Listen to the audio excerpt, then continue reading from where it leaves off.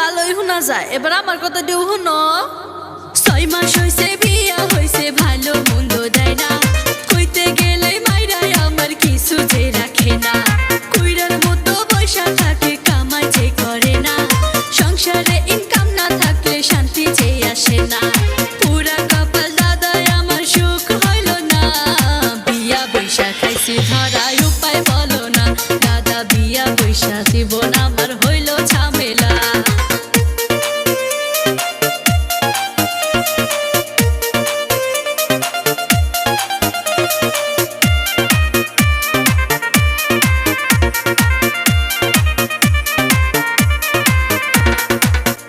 এই থাম, সংসার করতে গেলে একটু ঝগড়াঝাটি লাগে, ঝগড়াঝাটি না হইলে আর সংসারটা কি টিকে।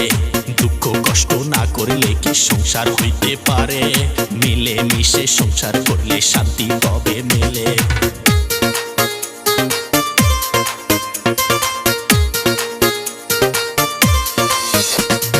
কামাই রোজগার নাই যে আমার, সে কি যে বোঝে না, শ্বশুর বাড়ি থেকে কোনো কানা করি পাই না।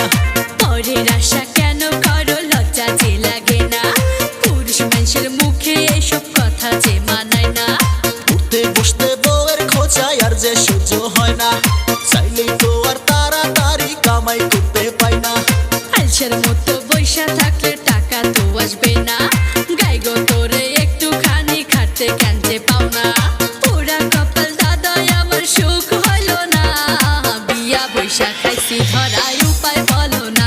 দাদা বিয়া বৈশা জীবন আমার হইল ঝামেলা।